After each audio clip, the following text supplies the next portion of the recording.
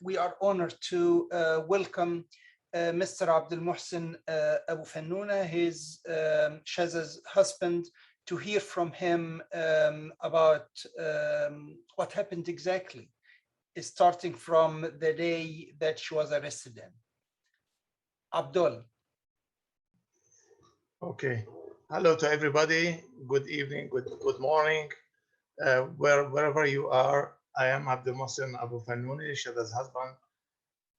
The incident happened on Wednesday, 7th of July at 2 a.m. I heard, I was sleeping.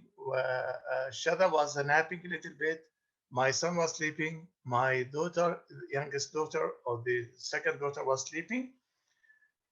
And we heard, strong noises outside the house and, knocking hard at the door. I jumped out of the bed, to know what's going on. At that time, I had my sisters. I have, 5 sisters were, available at my house as, coming to visit me and my wife, and nieces from abroad, one from United States and one from Amman, Jordan. And all of them were sitting, just they were preparing themselves to sleep when they hear the noise, loud noises at the knocking at the door. And of course, when I jumped, my eldest sister, just before I jumped, she knew that, there are, people who are, strangers at the door and maybe soldiers. So she jumped into the door and opened the door. Meanwhile, I was standing in front of them, Who are you? I said, Abdul Mohsen.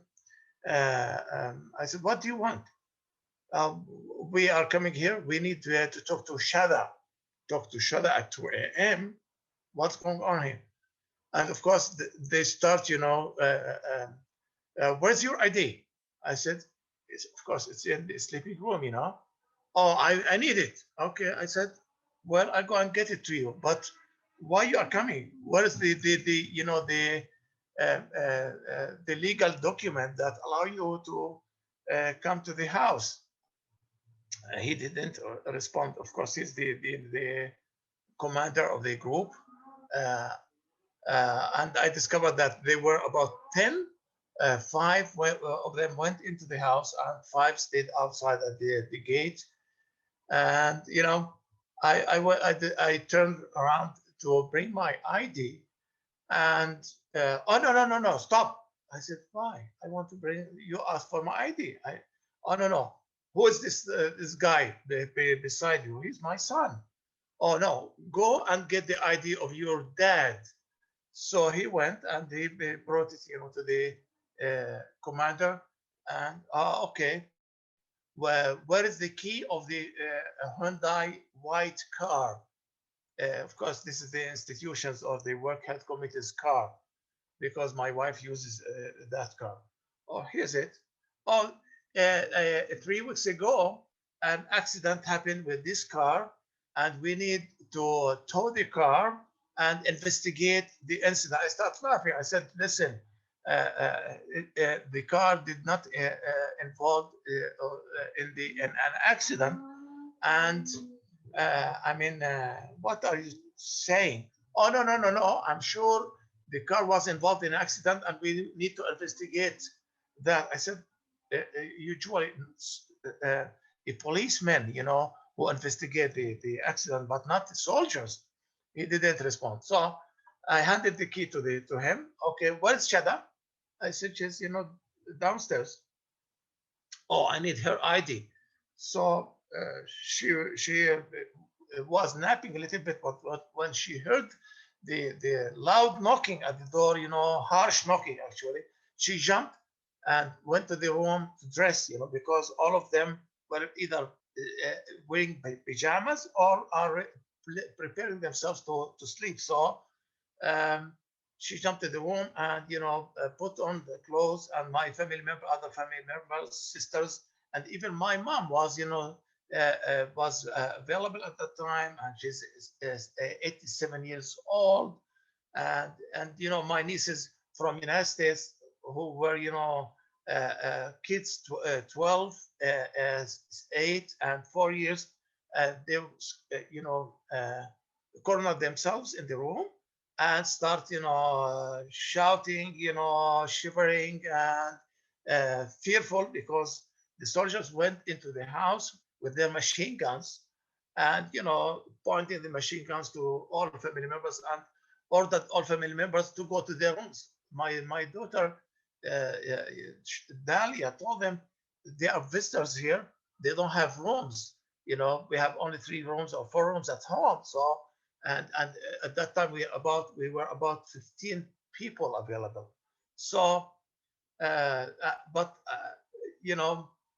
okay. So where's Shada? Here's Shada. Where's the ID? The guide or the guide, of the commander told me, oh, we called her several times, but she didn't respond. I said, she said, I don't respond to stranger calls or to numbers that I don't know. So usually they call from private numbers. So where's your ID? Here's my ID. Oh, okay. Go and dress. My eldest, sorry, my youngest daughter, Dalia, start, screaming, shouting at them.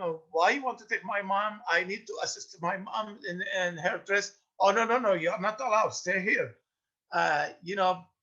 But I was afraid she will, she does not listen to them and they will start beating her or, shouting at her. So I caught her and my son also caught her. So we don't want her to be beaten by the soldiers because she doesn't, if nobody obeyed their order, they will start beating, shouting and so on, and maybe arrest. So we kept calm, as much as possible, of course. And Shada went to the room, and the commander asked a female soldier to go with her to the room to change and dress. We asked them, we need to say bye to her. We need to hug her. We need to encourage her to stand by. Oh, no, you are not allowed, he told her, Shada, say bye to them, from far away. And I observed she was holding her medicine by hand, all tablets or even they didn't allow her to put it in a bag, special bag, just holding them by hands and with half sleeve, I said, it's maybe it's cold outside, so please put something on. Oh, no. She's fine. She's okay. And the commander told me, listen, she's 60 years old, so we don't know. She's like my sister, my sisters. Oh, we don't need her. Just we want to take her to the interrogation in the morning at 8 a.m. And we will. She will call you and asking you to come and pick her up at 10. We want to interrogate her. We said, this is nonsense what you are talking about. But I swear, I swear, I don't know. And he starts keeping, speaking in Arabic, of course. And my niece starts speaking to them, be quiet. My kids are frightened, they are screaming, they are, trembling in the corner. Oh, no. Speak Arabic. She said, speak Arabic, then switch to English because she's accustomed to speak in English. So, oh, no, speak Arabic. No, my kids, they didn't listen even, and of course, they stayed about maybe from 2 a.m. almost to 2:45, and then escorted Shada out and asked us, don't come, don't follow us. We close the door, but don't open it, don't come after us, okay? And he shouted the door, and closed the door, and that's what happens. That's all. So.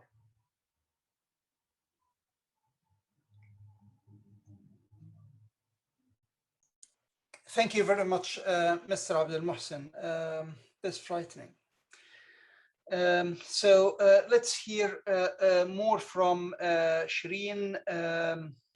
Maybe she also took, let's know something about the conditions of the imprisonment of Shada.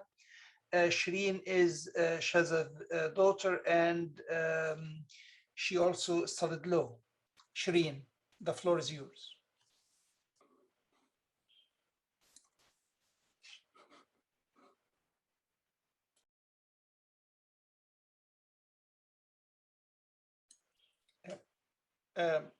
Gorgia, can you unmute Shireen?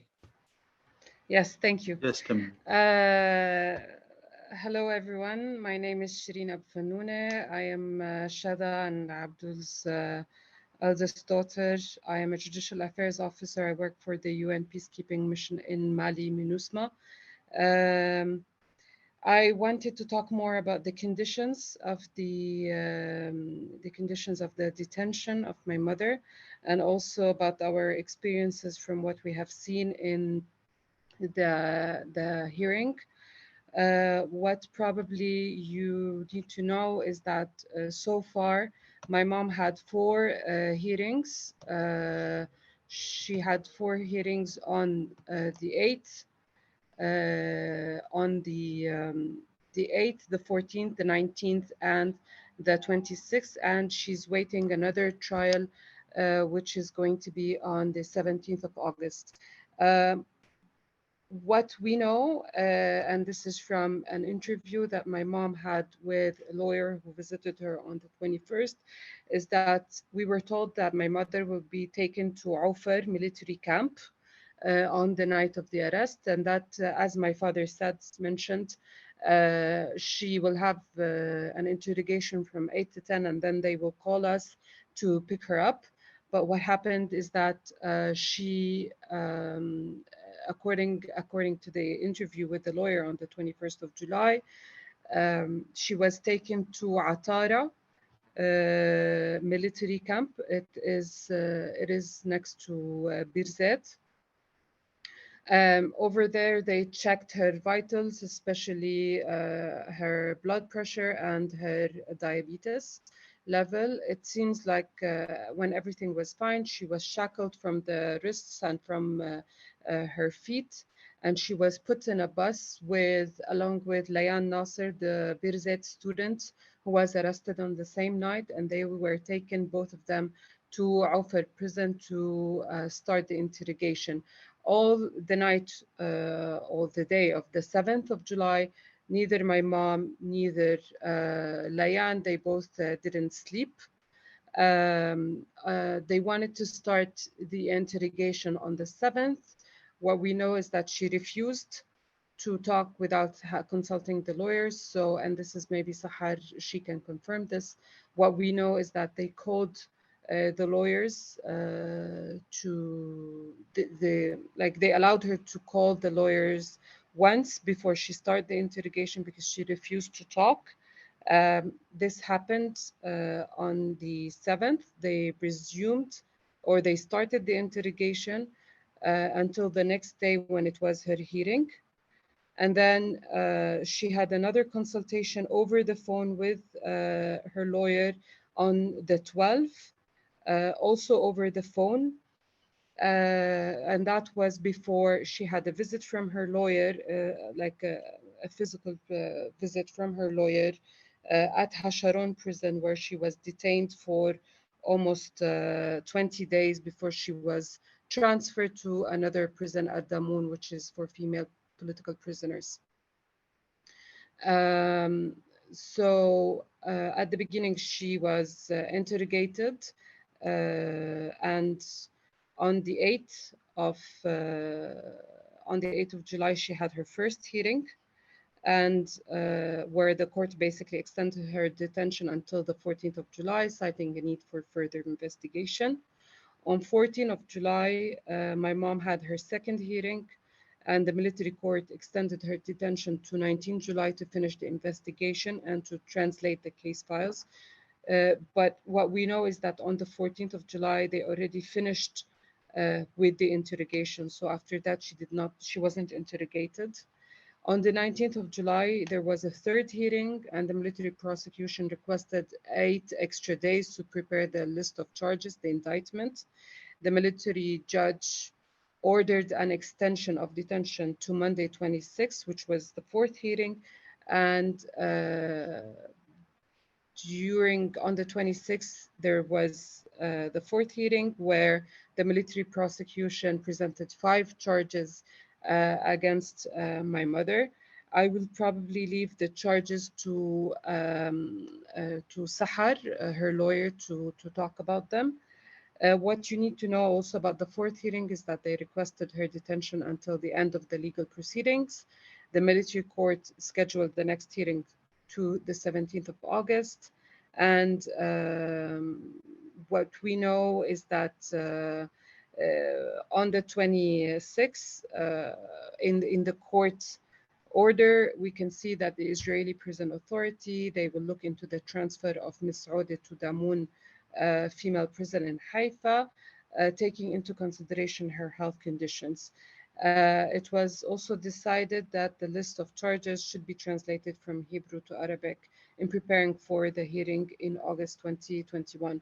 All of these details that I'm mentioning now is because there's so many observations that that we could tell you about the hearings. First of all, what you need to know, my mom's health is extremely compromised. Her health condition is very critical. She has 4 chronic illnesses, including hypertension, hyperlipidemia, diabetes, irritable bowel syndrome. She takes on a regular basis every day 8 medications. And what you need to know is that up until the 15th of July, 2021, my mom, she did not have access to one of her medications, especially the one that she uses for the irritable bowel syndrome. And what you also probably need to know is that up until the 21st, what we know, and which is about more than 2 weeks of her detention, my mom lost already 9 kilos of her weight. All this time, from the 7th until the 27th of July, my mom was detained in Hasharon prison. And in one of the interviews with the lawyers, she tells us in details about her detention conditions. She was put in a room that had 2 beds. There was a surveillance camera the whole time. When she had to sleep, there was like a very thin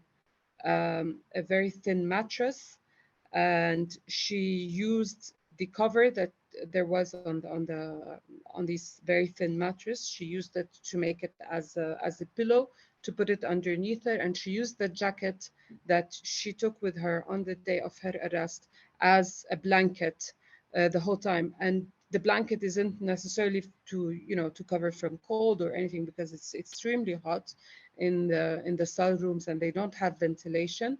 But she used it specifically to cover because she felt that her privacy was violated. Also, another important thing to mention is that up until the 3rd hearing, my mom was still not allowed to have underclothing or clothes to change. She appeared always with the same clothes that when she was arrested on the 7th of July. We tried with the lawyers, we tried 3 times to let the clothes in. The first time they refused to let the clothes in, and then they lost the clothes, so we don't know even what happened to the first bunch of clothes that we took. And they informed the lawyers that only first family members or lawyers registered in a military court order are allowed to bring the clothes to the detainees. Obviously, we cannot bring the clothes to her because Hasharon prison is located between Netanya and Tukarim, which is in the occupied 48 territories. A place that is outside the occupied West Bank, which is very, very difficult for us to access without having permits from the Israeli authorities. Also, during the hearing of the 14th, the lawyer made sure to put in the court order that a lawyer will bring the clothes to Miss Aude and that they will make sure that she gets them. It's true that the lawyer brought in the clothes, but what we learned afterwards is that up until the 18th of July, still what she received was only like one underwear, maybe, and a t-shirt. She didn't get everything. They were claiming that they were are getting disinfected. But later on, I think on the 21st, when she met with the lawyer, we knew that she received some of the clothes, maybe not everything. We still don't know what she received and what she did not receive exactly. But it seems to us that they, on purpose, they did not let her clothes in. And my mom, like I remember because I was in the second hearing on the 14th, she was like pointing to me at her t-shirt saying, I cannot handle this anymore. I need clothes. I need to change because it was already a whole week in the same t-shirt and the same pants and everything. Um, Also, during the third hearing, which was on the 19th, still like her lawyer, they requested the judge to transfer my mother to a Damun female prison, but the judge basically recommended her transfer, but this is not something that the military judge necessarily has authority. He doesn't have the authority over the prisons to order them basically for her transfer. Another thing that I would like to talk about is also the transfer, the conditions of transfer that take place from Hasharon prison to Aufar military camp, because what happens is that the Hasharon prison is where she's kept, where she was detained up until the 27th of July. And every time she had a court hearing or she had the interrogation, she had to be picked from the detention through a transfer that we call al-bosta in Arabic, and it's like a bus, whereas it's like a bus with metal kind of boxes, whatever, for female prisoners inside the bus itself, and they do a tour around all the prisons and the detention centers in the occupied territory. They pick up everyone who has interrogation or who has a court hearing on the day. She leaves the prison at 2:30 a.m. She arrives to Ofar at 8 a.m. in the morning. All the time when she's there, if she's not being interrogated or if she doesn't have a court hearing, they put them like in metal rooms, and they are very hot with little access to fresh air. And my mom described them already to one of the lawyers as a hellish sauna, literally because of the hot degrees. And once all over the hearings are over, the bus takes back all the detainees to their prisons and detention centers. So when they leave Aufar military camp, it's around 6:30, and my mom arrived back to Hasharon prison around midnight. So basically, the whole trip takes about 20 hours. So imagine 20 hours, you are in a bus, and then you're shackled from your wrists and from your feet this whole time, and you are kept in very small, tiny places, limited access to fresh air or to a little breeze, at least, so the conditions are bearable. Um, Another thing that I wanted to talk about is also for us when we go to the hearings. This is the only chance for us to see, obviously, my mom. Usually the hearings are only 15 minutes, and they are conducted in Hebrew, which is a language that we don't understand. My mom doesn't understand. We have to wait until there's a very, very limited translation. So what we know is that in Hebrew, they are either telling us silence so the judge could speak, or they are saying, okay, the court has been, there's like another court hearing on a specific date. During the whole time, obviously, we don't have close or physical interactions between my mother and with us. So this happened also during the arrest and during the 4 hearings.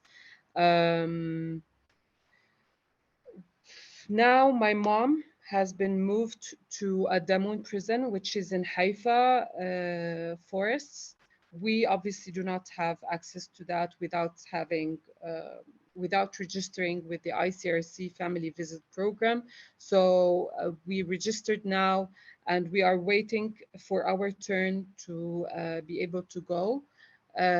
Obviously, it's up to them. Only 2 family members are allowed for every visit, and the family is allowed to visit only once a month.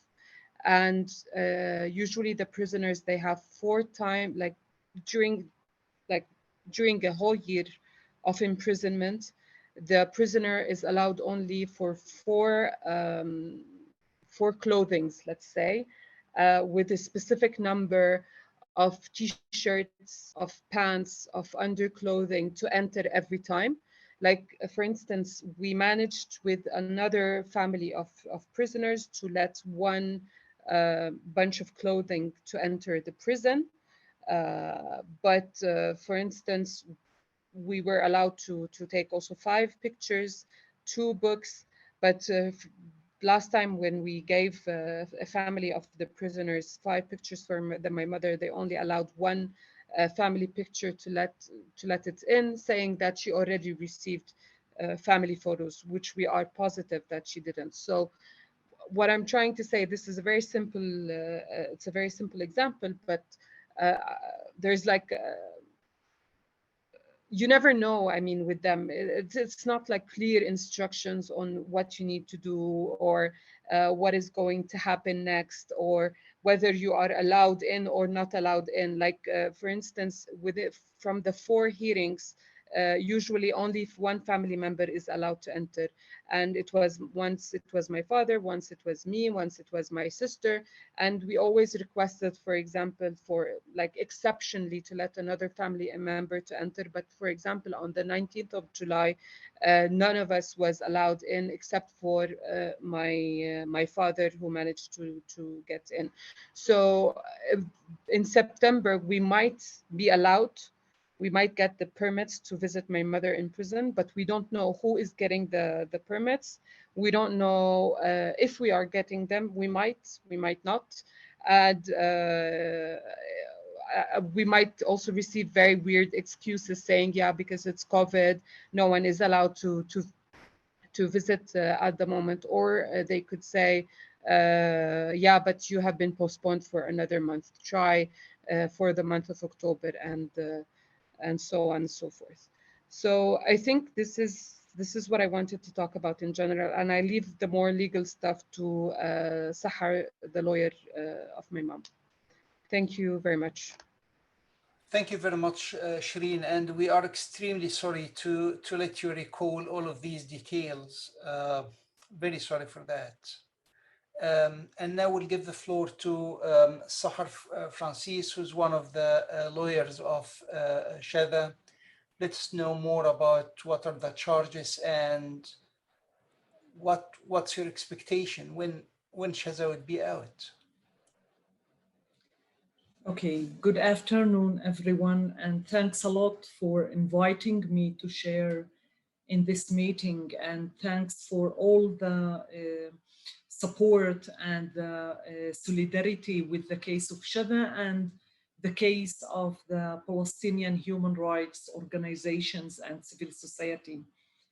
We should highlight that the case of Shada is not a single case. Actually, for several years now, there's a huge attack against the Palestinian civil society organizations, including the Healthcare Committee, where Shada is actually the director of this very prominent health organization that is working for the benefit of the Palestinian society for more than 35 years now.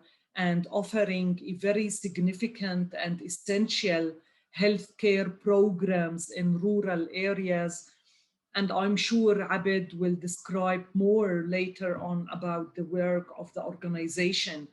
So actually the arrest of Shada becomes under the arrest of several human rights defenders that they were attacked in the last couple of years. They would be imprisoned for several reasons actually. And beside imprisonment, actually some people would face other restrictions. The harsh one would be the imprisonment, but people could be facing ban on travel, like that they cannot leave the country for several years, or they cannot get permits to enter inside 48 areas and so on. So there's lots of forms of human rights violations that human rights defenders can face.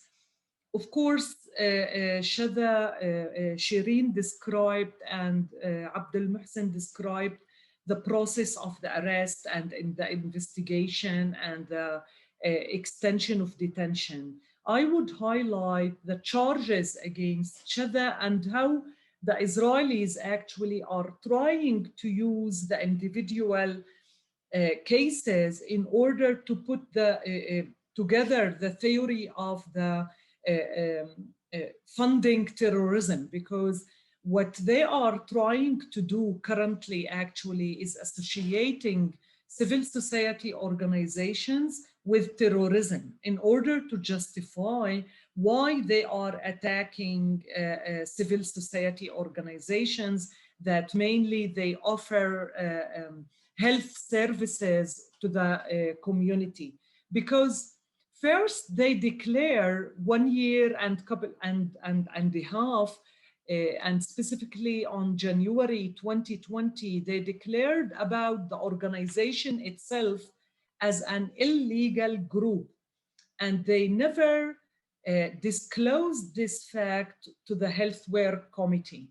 They never told Shada, they never told anyone, they never came and put the military order about the declaration against the organization on the office of the organization, and they kept it actually secret, kind of.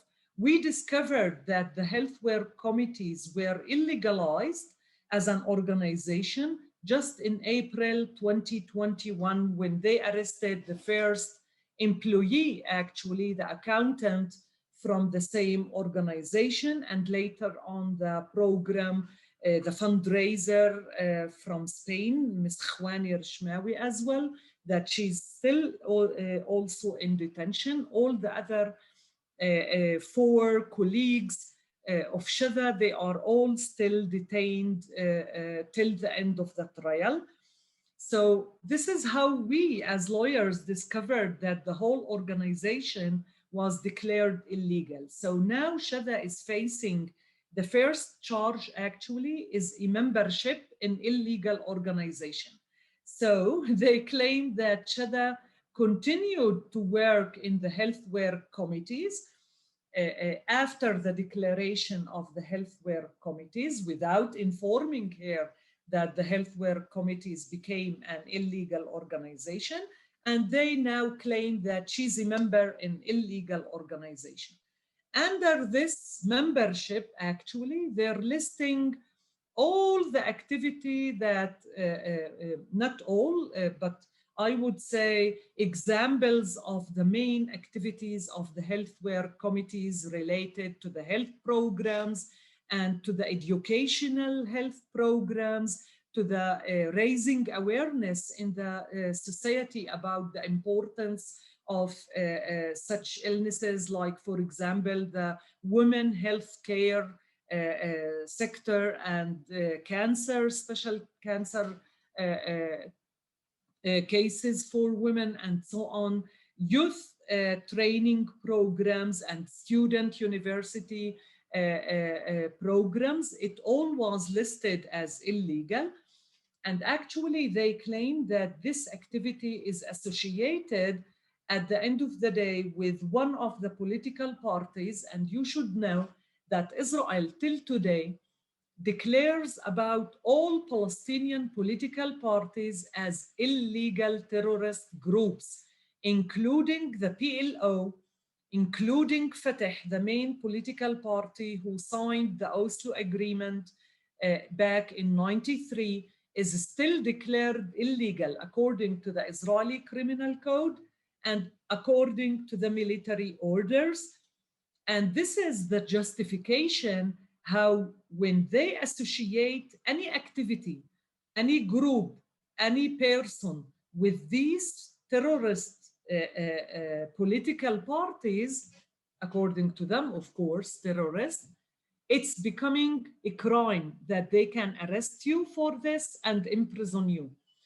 And this is the main argument against Shada and the other colleagues and the Healthcare Committee, that at the end of the day, this organization is connected to the Popular Front party, the Democratic Popular Front, that is declared illegal actually. So they would claim that if you are educating students in any of the universities, even if it's programs on health, on human rights, on development, no matter what's the content, it will be illegal if it's affiliated with the PFLP.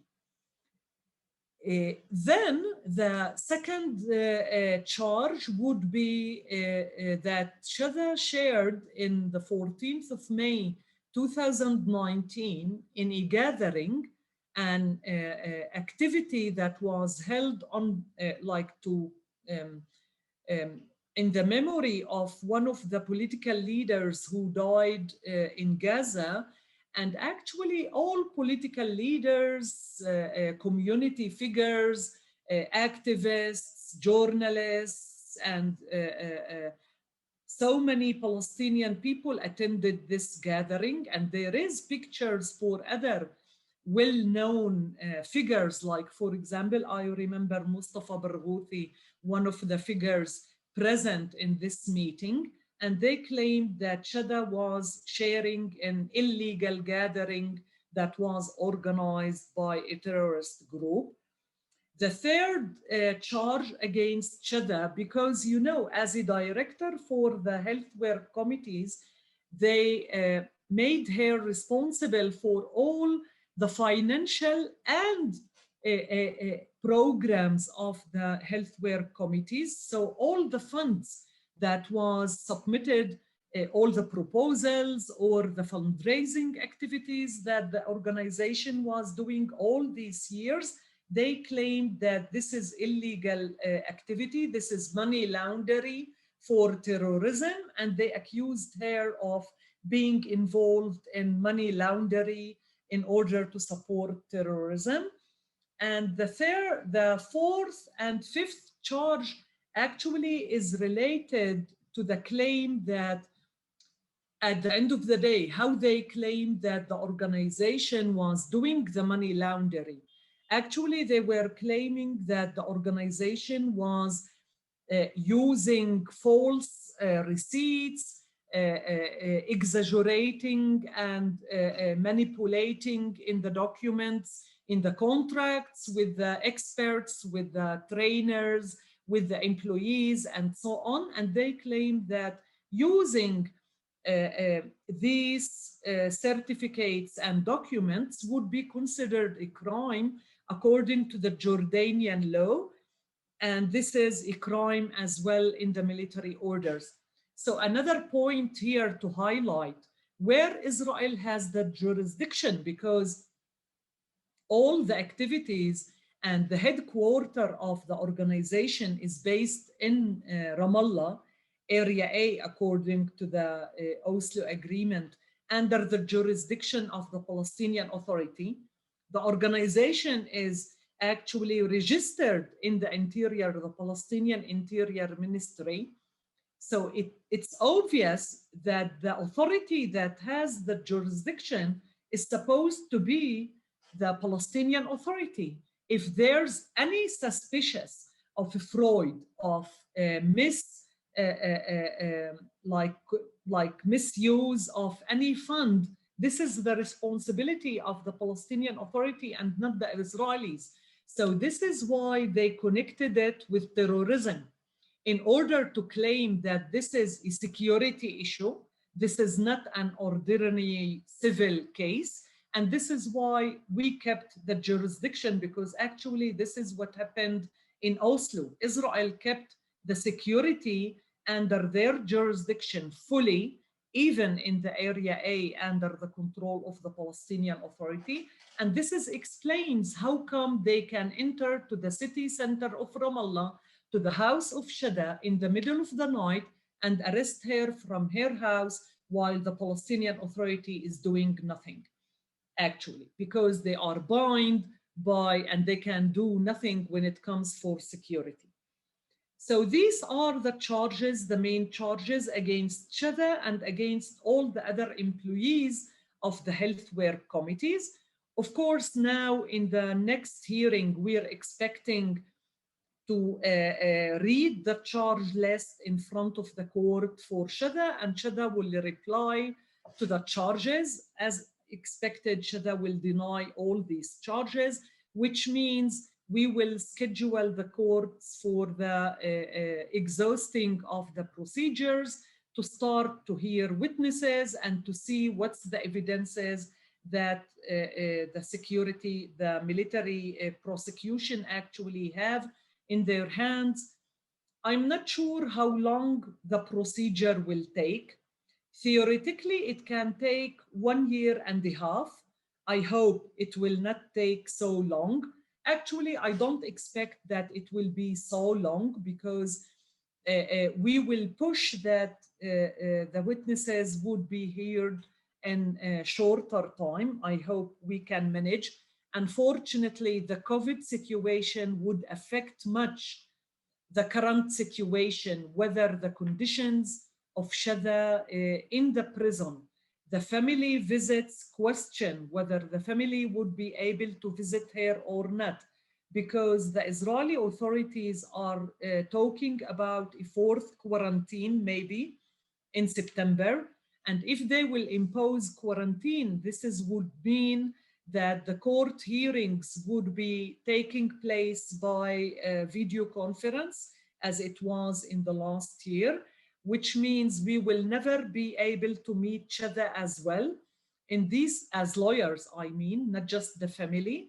In these circumstances, it's very difficult to hear witnesses, because I don't believe we can start investigate in very sensitive information related to the work of the organization, especially on the financial level, on a video conference, and not to be present face to face in the court and face the witnesses and cross-examine them. But let's hope that we are not ending up in this complicated situation. As I said before, it's very important to highlight the whole attack against civil society.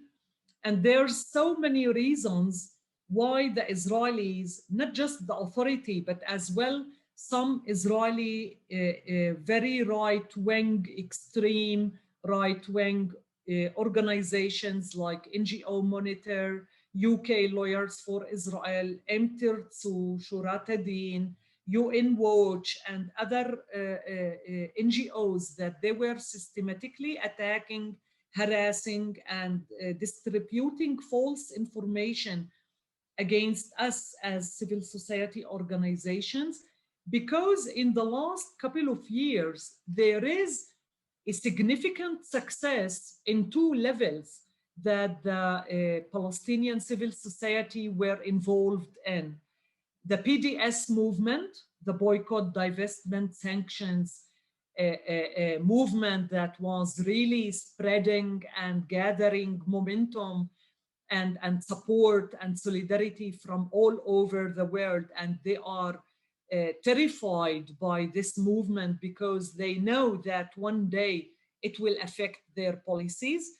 And the second issue is the fact that we went to the International Criminal Court and we felt cases and the prosecutor in the ICC declared that they will initiate the investigation and in war crimes and crimes against humanity. And this is another reason why organizations like the healthcare committees, who are using the rights-based approach in order to put the health issues in a perspective of human rights and war crimes and crimes against humanity, would be attacked. Organizations that they are working in Area C, that they are trying to support people to be resilient and to remain in their villages in Area C, would be attacked more than the others. So this is why we expect that the attack against the civil society would just increase. And this is why, and because of the fact that the justice system, actually the military system, even the high court, even the civil system inside Israel is a very discriminating system.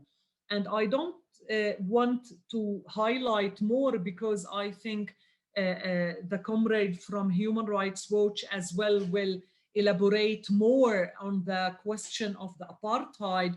And the justice system, the military system, and the civil system is a very perfect example about this question of apartheid, actually. And this is why we don't expect justice from these military courts. So in the case of Shada, unfortunately, I don't expect that the court would be a fair court toward the case of Shada. And this is why we should enhance and increase and the joint work, the solidarity, the campaign, the support of the solidarity groups in the world in the case of Shada and the other human rights defenders, and definitely support the civil society, the Palestinian civil society organizations under attack. So thanks again for including me in such important meeting.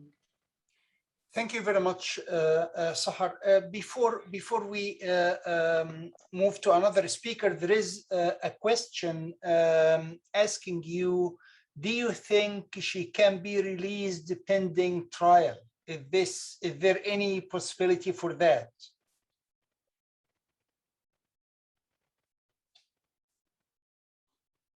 Sahar, you're muted.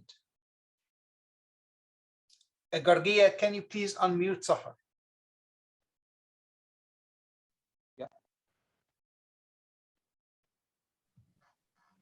So there is a possibility, and this is what we would be focusing on in the coming few weeks. After reviewing the whole material, the evidences, of course, with the legal team, and comparing it with precedent cases as well, we would submit a request for the court to release Shada on bail. Hopefully this would be accepted, but as I said, we cannot expect much from the military system, but we will try all the channels that we have in order to try to guarantee her release till the end of the trial. Another question, can you tell us how many people from the health work committees are in detainment right now?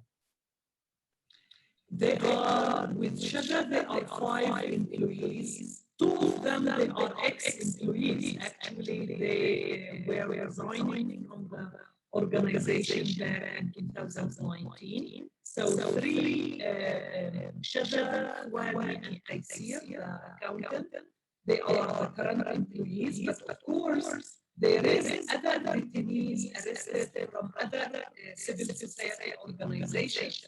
Like Hikam Sa'afin, she's the director of the Union of Women Committees in Palestine, in Ramallah as well. She's also arrested for similar charges, and other colleagues, actually. So the number of employees of civil society organizations is just increasing. There is students as well, journalists, and lots of human rights defenders actually currently under arrest. Thank you very much, Sahar. And now we will move to Abdelrazak Ghazal from the Health Work Committees to tell us something about the organization and about the attack on the organization and his analysis for that. Abid. I don't see Abid in the room actually. Just a second. Could you wait? Abdelrazak, maybe he's not with us right now. So let's move till we get Abdelrazak to Akshaya Kumar, the Director of Crisis Advocacy and Special Rights, Human Rights Watch. I will unmute her, just a second.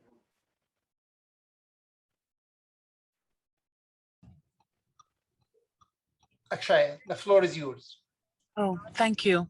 So as was mentioned, my name is Akshaya Kumar. I work at Human Rights Watch. We are a global international human rights organization. And I want to begin by offering my solidarity and also my admiration to Sahar and her family for the work that you're doing in Palestine and also the challenges that you're facing now in the ongoing legal proceedings. Our hearts are with you and our support is with you through this process. Today, I was hoping to share with the group Human Rights Watch's research over the past many years, which has culminated a few months back in the publication of a seminal report by our organization by the name of A Threshold Crossed.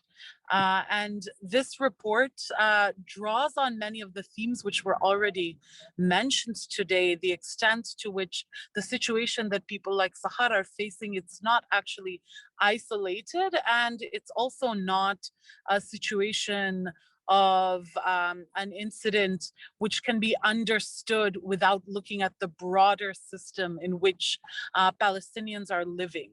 And so Human Rights Watch, as an international organization, uses international law as our guide. And we made the conclusion that the crime of apartheid, which is a serious international crime, a crime against humanity as codified in the Rome Statute of the International Criminal Court, as well as the Apartheid Convention, and a crime which over 100 countries in the wake of what happened in South Africa committed to not just prevent, but also to actively prosecute. We come to the conclusion that this crime is being committed by Israeli authorities in the occupied Palestinian territories. And we draw this conclusion in many ways based on the fact that there's an intent to dominate by Israeli officials, the Palestinian population in whole or in part, and that this intent can be read from the various efforts which have been taken to constrain Palestinian access to land, but, and I think very relevant for this particular group, that we can also see it in the way in which public health, the access to care, the access to medical treatment, the access to courts and judicial process is all being limited. The fact is that Palestinians live under a different healthcare system. They live under a different judicial system than Israelis, particularly Israeli settlers who also live in the occupied territories. And one example, COVID-19 was already mentioned, is access to COVID-19 vaccines as well, which we have seen have been extremely limited for Palestinians, while made widely available for Israeli citizens of Israel, as well as Israeli settlers who are living in the occupied territories. And this we see as emblematic of the broader restrictions. The situation of apartheid, there could be a vaccine apartheid, but also the particular crime of apartheid that we've identified as an international organization. I'm looking looking forward to hearing the discussion that comes forward, the voices of solidarity. But I wanted to close with 3 points. What we at Human Rights Watch see as encouraging international efforts to address these issues. The first is that this year, for the first time, the UN Human Rights Council created a permanent commission of inquiry to review and analyze the systematic discrimination that's taking place in Israel and the occupied Palestinian territories. Now members of this commission have been appointed, including Navi Pillay, who was the former High Commissioner for Human Rights, very significant senior people.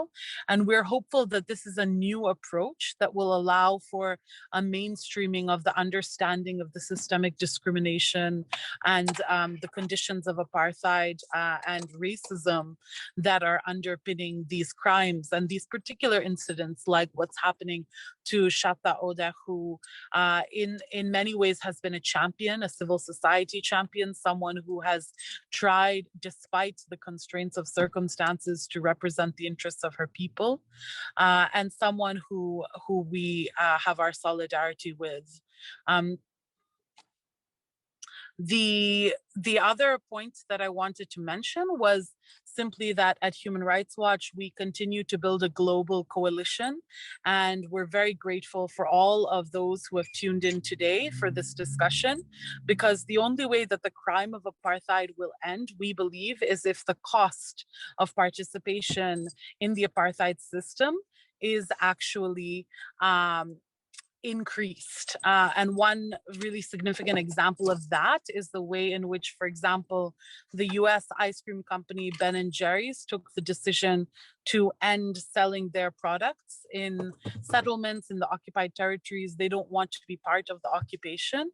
We think that this is the example of the way in which businesses themselves need to scrutinize their own behavior and participation and potential complicity in a system that is wildly discriminatory and abusive.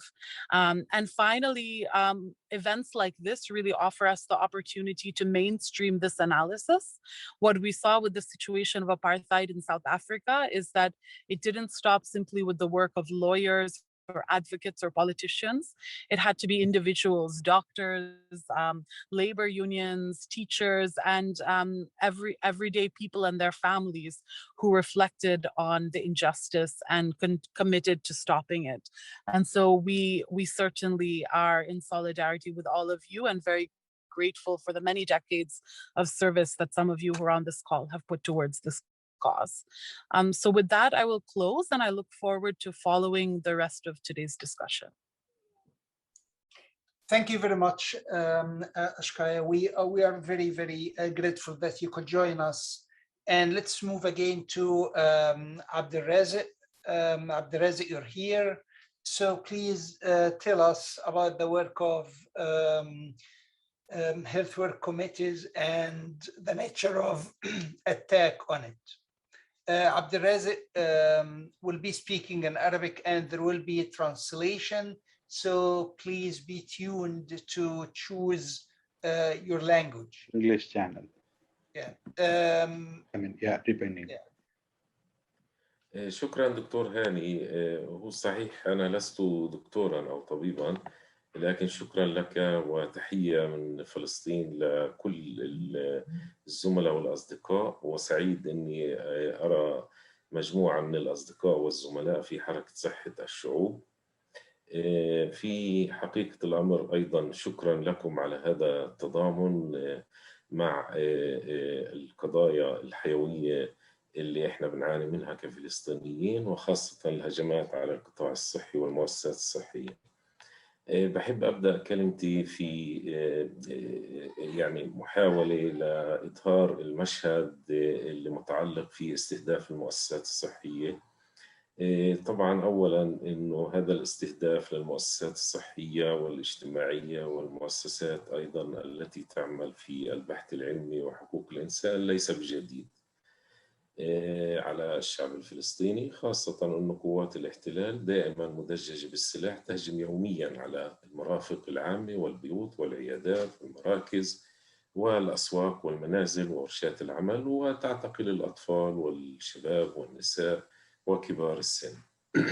وحتى أنها تصادر الأراضي وتمنع الحركة، وفي كثير من الأحيان بالطبع هذه الأعباء يتحملها الطواقم الصحية، يتحمل عبء هذه الانتهاكات في كثير من الأحيان. لكن في الظرف الحالي الصحيح يسبق هذا الاستهداف حملات تحريض مسعورة على منظمات المجتمع المدني، كما أشارت الأستاذ سحر، بتقودها على مستوى العالم. نحن في مؤسسات الأهلية ومنظمات المجتمع المدني يعمل في الأرض الفلسطينية المحتلة حوالي 4600 منظمة أهلية، تعمل منها حوالي 42. عبد الرازق الصوت بعيد، لو تقرب المايك.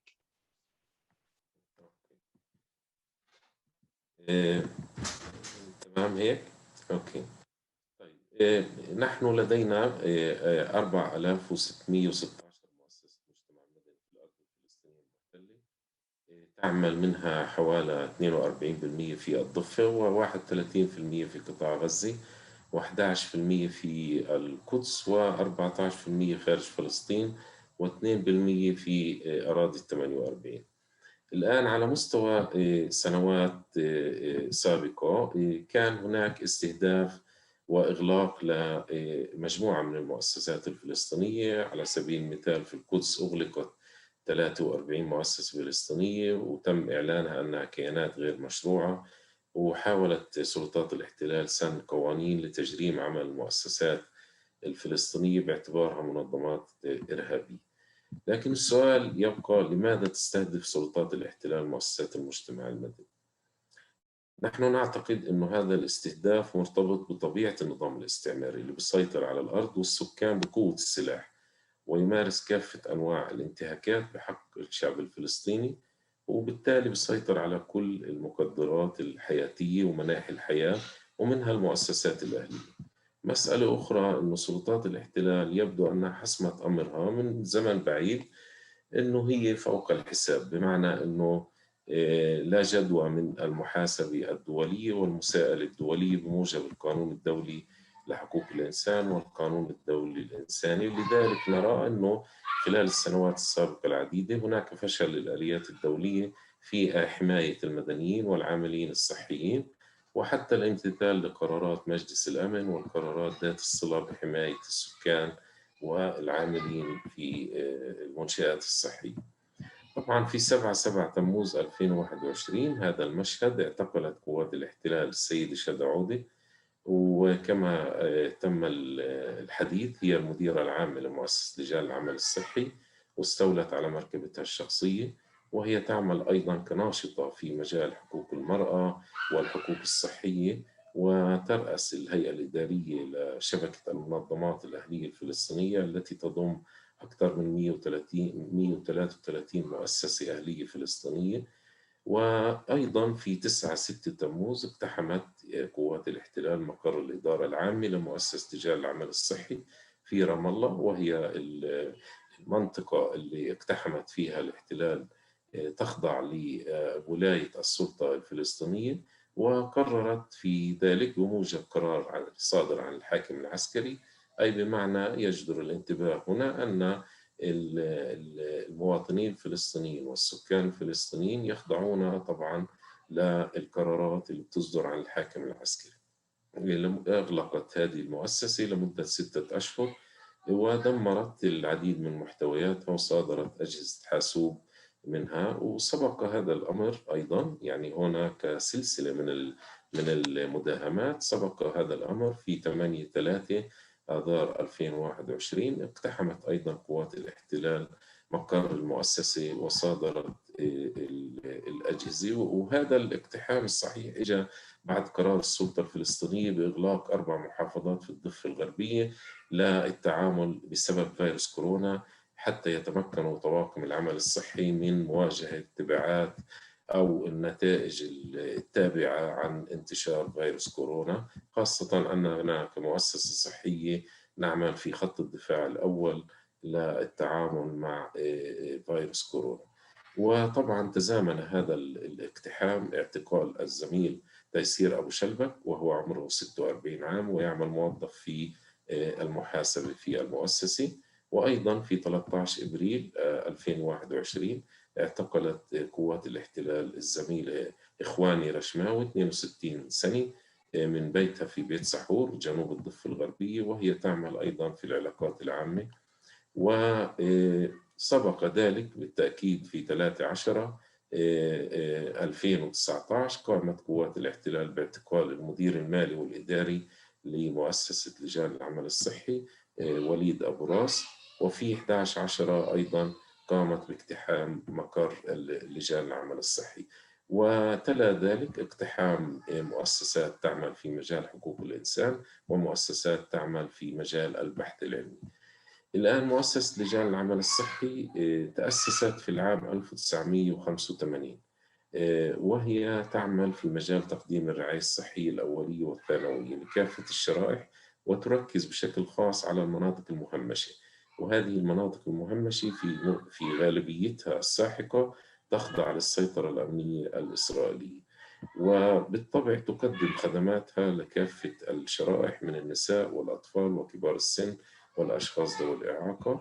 مؤسسة لجان العمل الصحي بتركز في رؤيتها ورسالتها على القانون الدولي لحقوق الإنسان والقانون الدولي الإنساني، وبتشوف إنه يعني برامجها وأنشطتها توجه من خلال هذه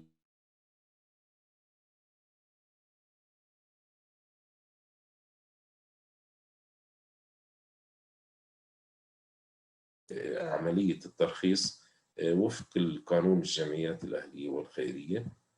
نحن يعني يعمل في مؤسستنا أكثر من 350 موظف في مجال الطب والطوارئ، ولدينا مستشفى في بيت سحور ومستشفى في طوباس تتعامل مع حالات كورونا، ونقدم خدمات تتعلق بالطوارئ والتثقيف وصحة المرأة والنساء الحوامل وسرطان الثدي، ونعمل في أكثر من 20 موقع. الآن الهجمات على المرافق اللي بتخصنا أو على مؤسسات المجتمع المدني بتخلي إنه صعب علينا نقدم خدمات الرعاية الصحية الأولية، وطبعا بتخلي إنه في تعقيدات إدارية وإشرافية للتعامل مع هذه الهجمات، وتجعل أيضا من الصعب والمستحيل أن نمارس عملنا بأريحية مع هذا الإغلاق وهذه الهجمات على مؤسستنا. وأيضا عملية الاعتقال لزملائنا الغير قانونية والتعسفية مثل الزميل الشدا والزملاء الآخرين تيسير أبو شلبك ووليد أبو راس وإخواني رشماوي. هذه الاعتقالات تعيق بالتأكيد عملنا وتجعل من مهامنا صعبة كنشطاء وعاملين في القطاع الصحي والحقوق الصحية. من هذا المنطلق أختم كلمتي هنا إنه أنا بشكر مرة أخرى هذا التضامن العالي من المنظمات العاملة في مجال الدفاع عن الحقوق الصحية والدفاع عن العاملين والمدافعين عن حقوق الإنسان، وأيضا نطالب بالمزيد من الضغط والتضامن من أجل الضغط على حكومة الاحتلال الإسرائيلي للامتثال للقوانين أو القانون الدولي لحقوق الإنسان والقانون الدولي الإنساني. وشكرا لك. Thank you very much, Abid. It's very clear. Thank you very much. Now let's move to Dr. Mustafa Barghouti. Dr. Mustafa is from the Palestinian National Initiative Movement. He's also the founder, one of the founders of Palestinian Medical Relief Society, and he's been with People's Health Movement from the very beginning, even before its establishment. Dr. Mustafa. Thank you so much, and thank you all for your solidarity and support to Shada, Dr. Shada, and to her family, and to our Palestinian people. We highly appreciate this wonderful gathering and this support, and we hope that you can continue the pressure with us so that we can see Shada free as soon as possible. Not only Shada, but all her colleagues as well. What I want to say is that what happened to Shada Ode is not separated from the overall policy of the Israeli government and the Israeli occupying power. In reality, this is part of the systematic oppression and persecution that is practiced against the Palestinian people, but also against, and especially these days, against Palestinian civil society organizations, including health organizations. We are subjected to a system that combines three things.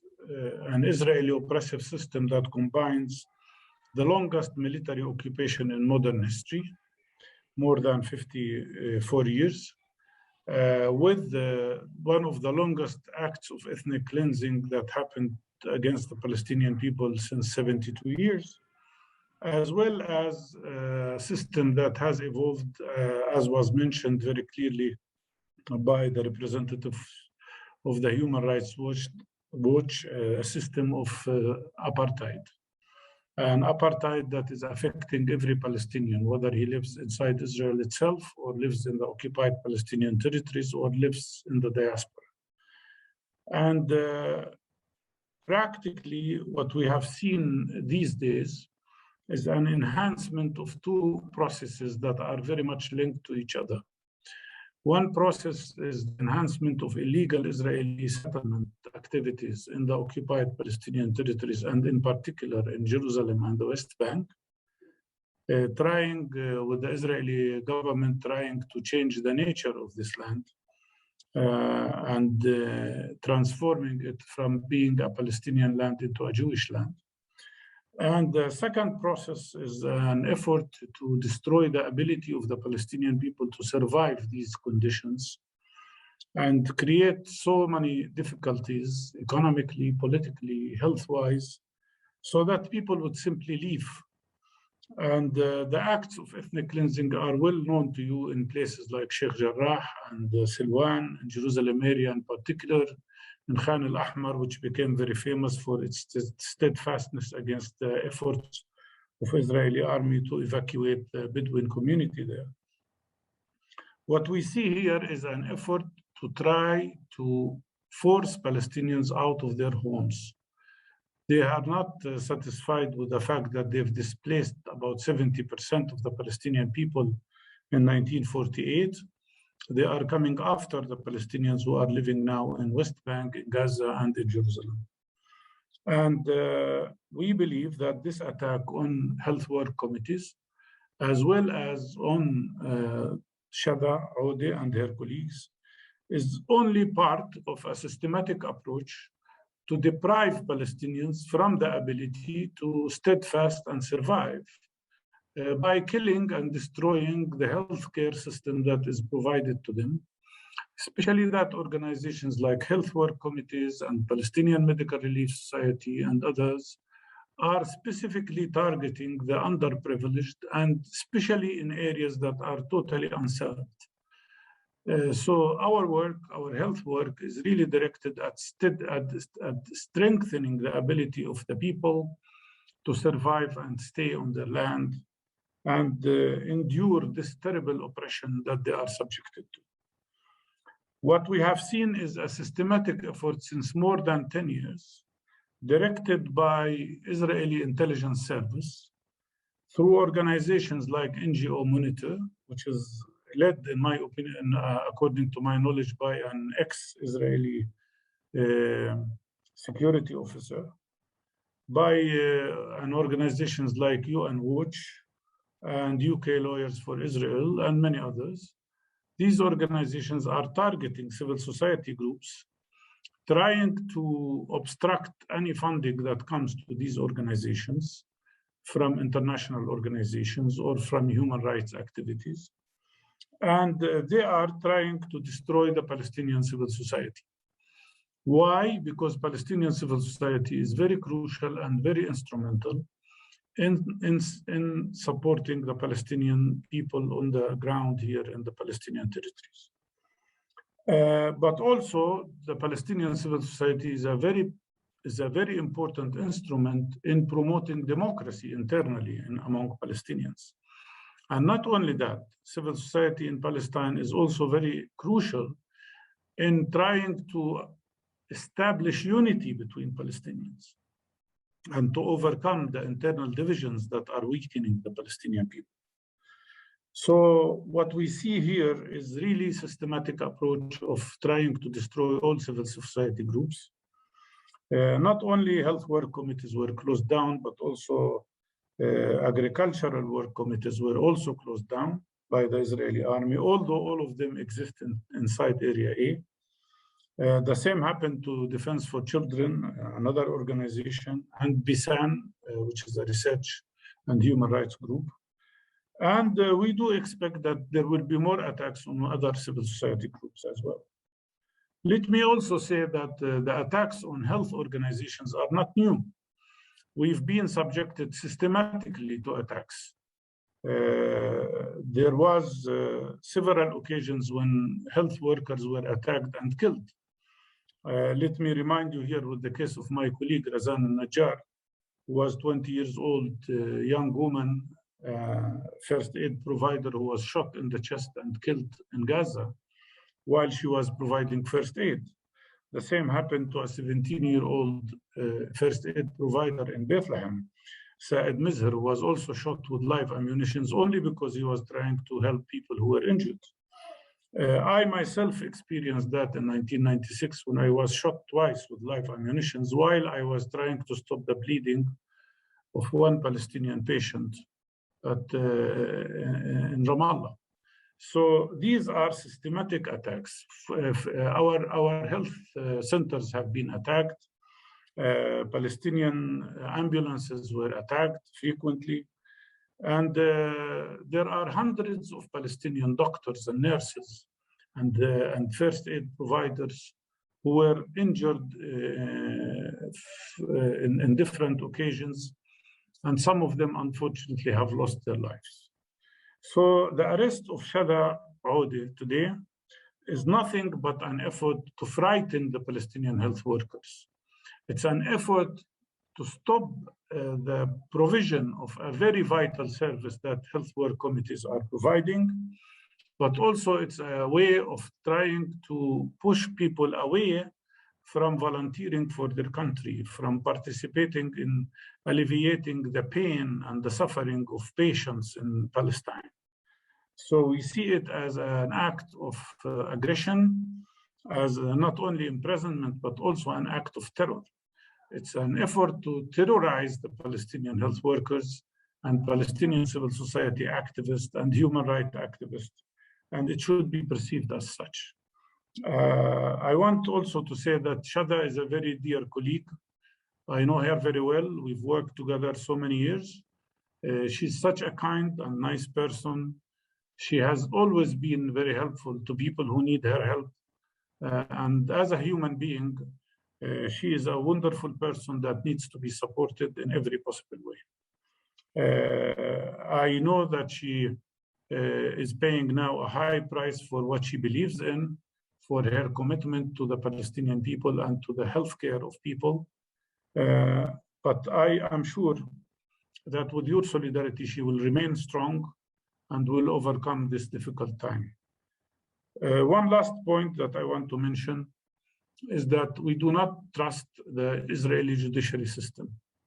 We don't believe they can be fair at all.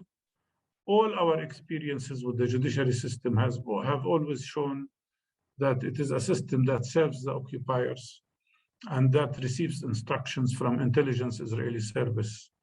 And that's why we have no hope in the system. We have no confidence in the system. And that's why I urge you to enhance your solidarity and support to Shada, to the health work committees, and to all Palestinian civil society groups. We would like you to enhance your solidarity and demand your governments to initiate sanctions against this oppression of the Palestinian people. We think that solidarity will play a vital role in hopefully achieving the freedom of Shada and her colleagues. And thank you so much for giving me the opportunity to participate in this important meeting. Thank you very much, Dr. Mustafa. It's a very clear message, and on behalf of PHM, would like to say that we are very committed to continue the solidarity and support, and also I'm aware that many PHM people are sending messages to the embassies of Israel, including Australia. I think David and Fran have been doing that. Let's move to Dr. Alice Rothschild. She's from the Jewish Voice for Peace Health Advisory Council. Alice. Hi, I'm very happy to be here and to be in solidarity with Jatha, and I'm going to just share my screen for a second. You've disabled screen sharing. I have a little PowerPoint that I put together. Can you enable me to screen share? Gargia.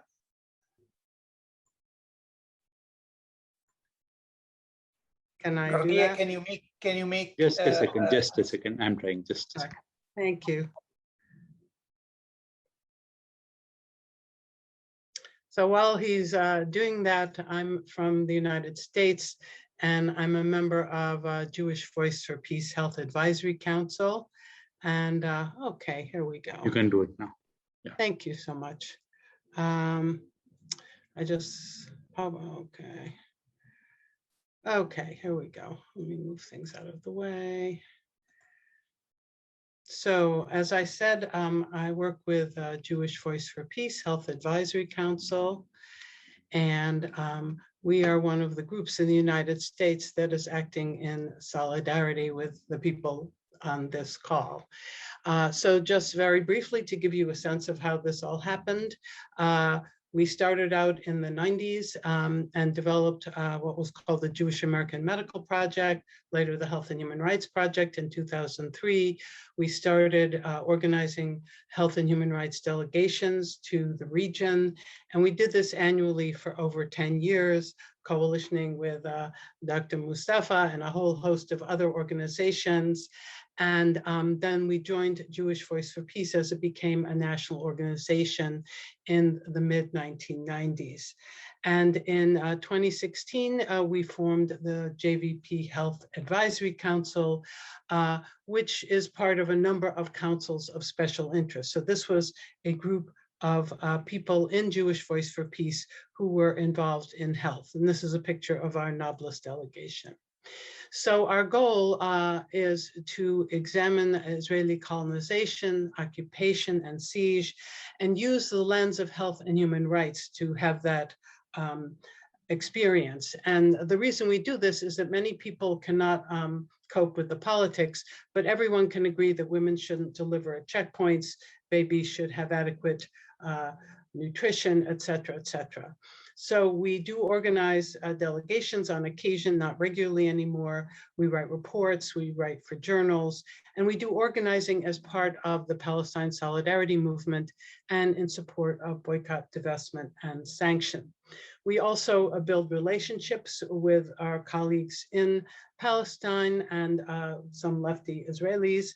And we organize petitions. We did one with US Palestine Mental Health Network, urging the major psychoanalytic group not to have their national meetings in Israel. And we work in coalition and do intersectional work, supporting Black Lives Matter, supporting US campaign, other groups doing similar solidarity work. Now, in terms of what we do at this point, we do have a website, and I do urge people to check it out. I will put all of our links on the chat after my talk. We issue a monthly media watch where we document all the issues that we can find in the English language literature on health and human rights issues going on in the region. We also name a health and human rights hero and a health and human rights violator, the most egregious thing we can find every month. I have been involved in a weekly COVID-19 timeline in Israel-Palestine that started a year ago, March, which really has come to document the issue of medical apartheid. We do webinars every 3 months, and as I said, work on petitions, write urgent statements, and try to influence our Congress and our US government. Now, in terms of the kind of webinars we do, I thought this might be of interest to people. We've had Rita Jackaman, Reframing Health in War. We've had Devin Atala, who's a psychologist in the United States, talking about intergenerational resistance in refugee camps. We've had Derek Summerfield from the UK talking about the whole issue of Israeli doctors and their complicity with state torture. We've had Brad Parker from Defense of Children International Palestine talking about the really troubling issue of child detention. Saad Achan, who's a professor from Ramallah, who's at Swarthmore now, giving a wonderful talk on Tel Aviv nightclubs and West Bank checkpoints, the politics of being fabulous in the Holy Land. Zayed Abbas Shamrouk from Middle East Children's Alliance talked about children in Gaza. Mads Gilbert also gave us a very intense and powerful discussion on healthcare in Gaza. And Danya Kato, who talked about public health and the promise of Palestine, and really looking at the whole issue of medical apartheid and the pandemic. Now, as I said, we have done petitions, and one of our most recent ones is one called Vaccines Not Violence. We are still looking for signatures from health workers and allies in the health work field. And basically, we tried to keep it very simple, calling on our US government to end funding of Israel's military, calling on the US government to push Israel to be responsible as an occupying power, to provide COVID care, testing, and vaccines, as they are currently refusing to do that, although that is their obligation under international law. And we also call on the US government to fully restore funding to UNRWA. Trump had completely decimated that. Biden's gradually bringing it back, but it's still not enough. And we have sent this petition to our Secretary of State, and we're going to use it in terms of our political work as we gather more signatures. The other work that we do is really challenging the ghosting of Palestine in science and medical and academic literature. You may have heard the most recent example is an article in Scientific American in June. As healthcare workers, we stand in support of Palestine. It was a very brilliant article about the realities in Gaza with a pandemic and with the assault in May. This got retracted 11 days later after a huge amount of pressure from Hasbara organizations. And they actually changed the title as they retracted it to Healthcare Workers Call for Support of Palestinians. So they basically erased the fact of Palestine. And we see this kind of erasure silencing the idea that while both sides have equal stories of equal merit, huge hostile responses, attacks, boycotts on journals, personal attacks on journals and on authors and editors. This has happened in the Lancet, the British Medical Journal, and the Journal of Medical Ethics. And we feel that this is a form of epistemicide, of removing the knowledge of Palestinian realities. And you have to ask and note that articles on Israel and Israeli healthcare are never asked to include, quote, the Palestinian side. So as we stand in solidarity, we feel strongly that we must not let campaigns in or out of academia silence the truth about Palestinian experiences, and we can't let them succeed in stifling this kind of reporting. It's both morally wrong and dishonest, but these kind of campaigns really seek to erase the realities of Palestinians through intimidation and censorship. And we understand that medicine and public health are fundamentally political because people live and die in social and political contexts.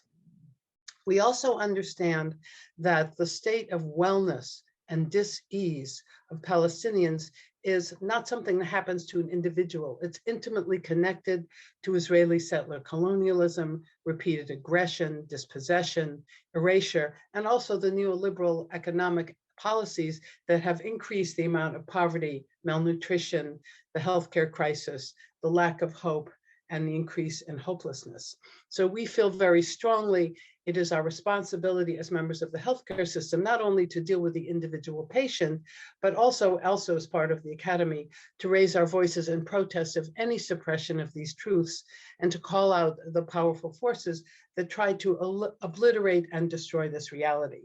And we do this calling out Israeli settler colonialism, racism, and settler medical apartheid.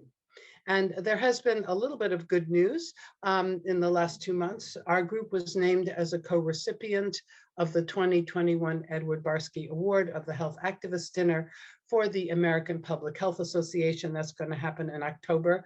Along our co-recipient is Rita Jackaman. And this award is given in memory of a physician and political activist who led a group of anti-fascist American medical volunteers during the Spanish Civil War. We are also, although we're a tiny group, we were recently quoted in a major magazine, the US News and World Report, in an article called "In Gaza, Childhoods Lost to the Trauma of War," which really describe things as they are, which is a very unusual thing around here. And I recently had an article in a journal called Health and Human Rights Journal called "Ghosting Palestine, Hiding Health and Human Rights Violations." So we are gradually making our voices heard. And I will share these links further in the chat room. So thank you very much. I'm just gonna copy and paste these links and stick them into the chat room. Thank you very much, Alice. And just to say, the Jewish voice is quite important for us. And would like also to remember the good relation between People's Health Movement and the Physician for Human Rights Israel, specifically with Ruchama Morton, who was a very good friend to People's Health Movement. So before we go to the solidarity messages, there was a question in the chat about the difference between the military courts and civic courts. Is there a difference between them? And maybe Sahar can elaborate a little bit about that.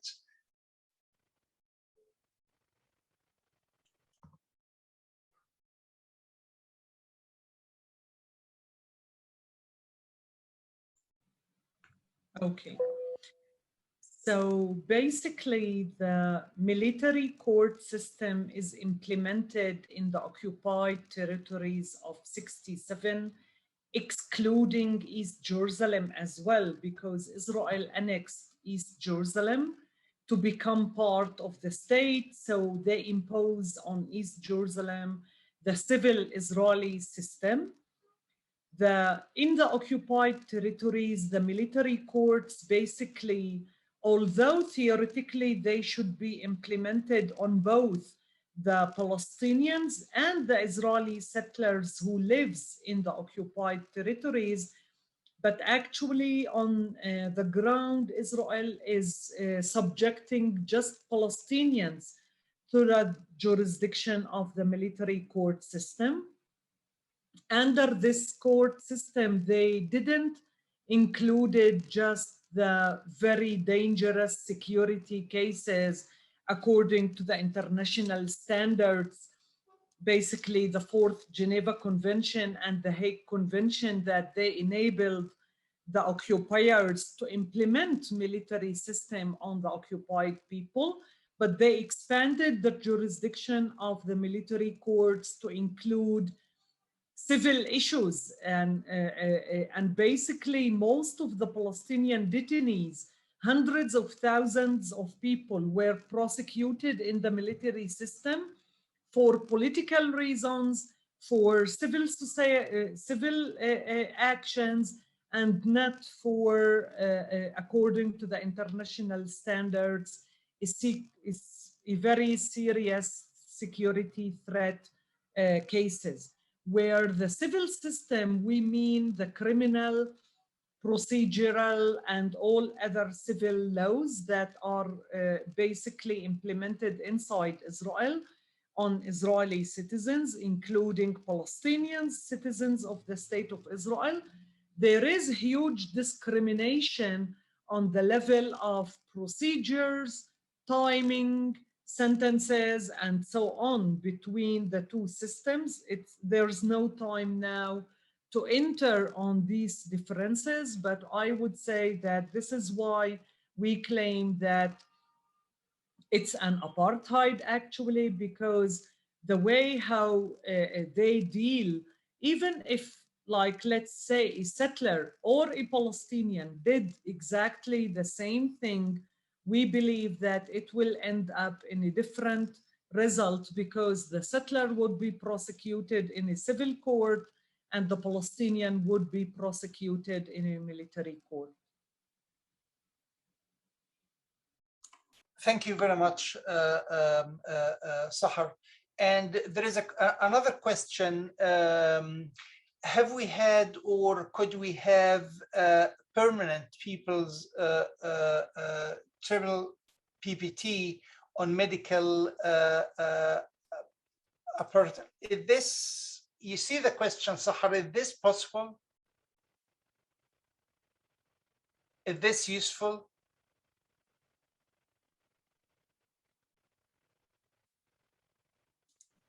I think you should review. There was a People's Tribunal, the Russell Tribunal, a couple of years ago, and it discussed the whole military system in one session that was in South Africa, actually under this question of apartheid or not. And there were, I think, 4 or 5 sessions that they concluded and came they published their conclusions. So I think before deciding any similar activity, you should review what happened before, and let's discuss what's the differences today, what need to be highlighted more than the work that was done before. Thank you very much, really appreciate it. So just to mention that Samir Japour, Dr. Japour will not be able to join us today. He's in a medical service. He couldn't leave the hospital.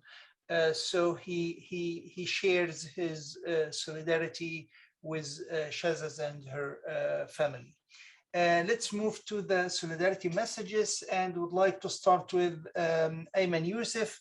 Ayman is an American citizen. He's a MD candidate at the University of Texas Medical Branch, and he's a health and political activist. Ayman, the floor is yours. Hello, everybody. So as Hani said, my name is Ayman Youssef. I'm currently in my final year of medical school training at the University of Texas Medical Branch in Galveston, Texas. And I just would like to briefly state, on behalf of my peers and my friends here in Texas, I would like to strongly echo the message of solidarity with Dr. Shata Orda and the other members of the Health Works committees. The arrest of Dr. Shata and others from the Health Works committees has served as another example of the injustices faced by Palestinians and those who advocate for them. The work done by HWC is an example of the importance of health work and the ways health providers can improve the lives of the most disenfranchised. It is my hope of my peers and I that we'll be able to serve Palestinians using our medical training and expertise in the future, just as Dr. Shata and others do on a continual basis. The unlawful actions by the Israeli authorities cannot be allowed to be ignored by the global audience.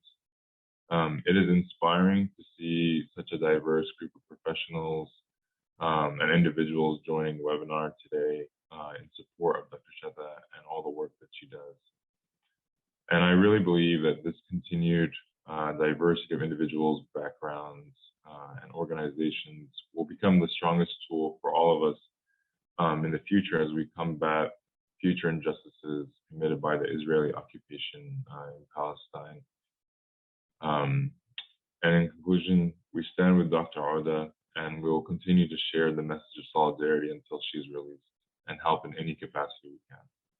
Thank you, everybody.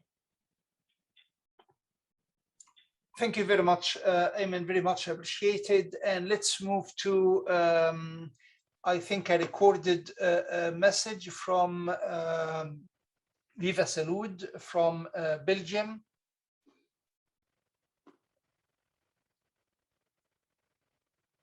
Gorgia, is it? Yeah. Thank you.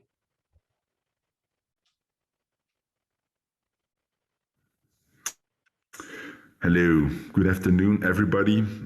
My name is David from Viva Salud. I'm very sorry that I cannot participate today, and that's why we recorded this little video message for everybody.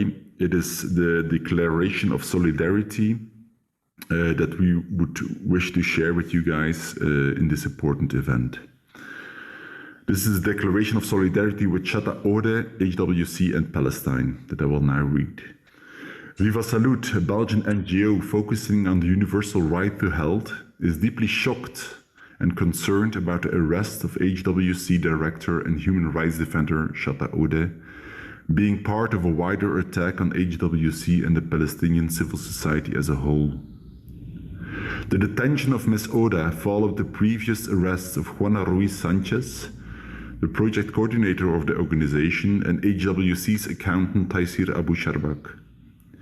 The Israeli crackdown against HWC, one of Palestine's most important healthcare provider organizations, in the midst of the COVID pandemic, is not only problematic and worrisome, it is downright an act against human rights. Viva Salud therefore calls upon the international community to stand up and raise its voice. The detention of Ms. Ode followed an order to close HWC's headquarters for 6 months.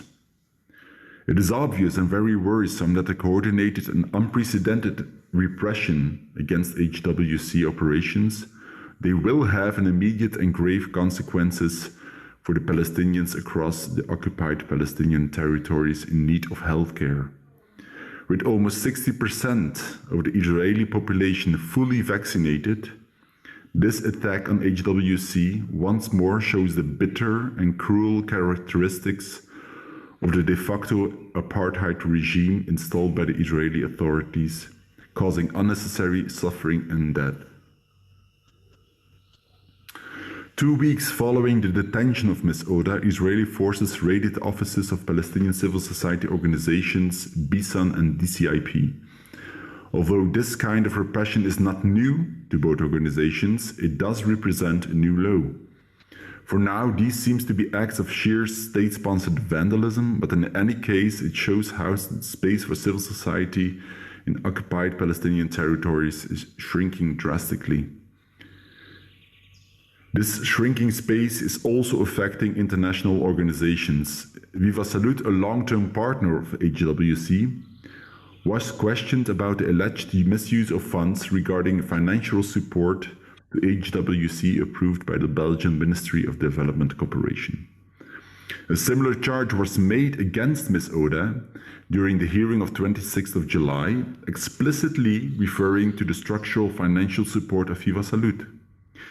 During the Belgian Parliamentary External Relations Commission of the 14th of July, Minister of Development Cooperation Mariam Ketir concluded that for the moment she has no reason to freeze funds nor to have any additional external investigation, referring to a thorough investigation on the allegations of misuse of funds.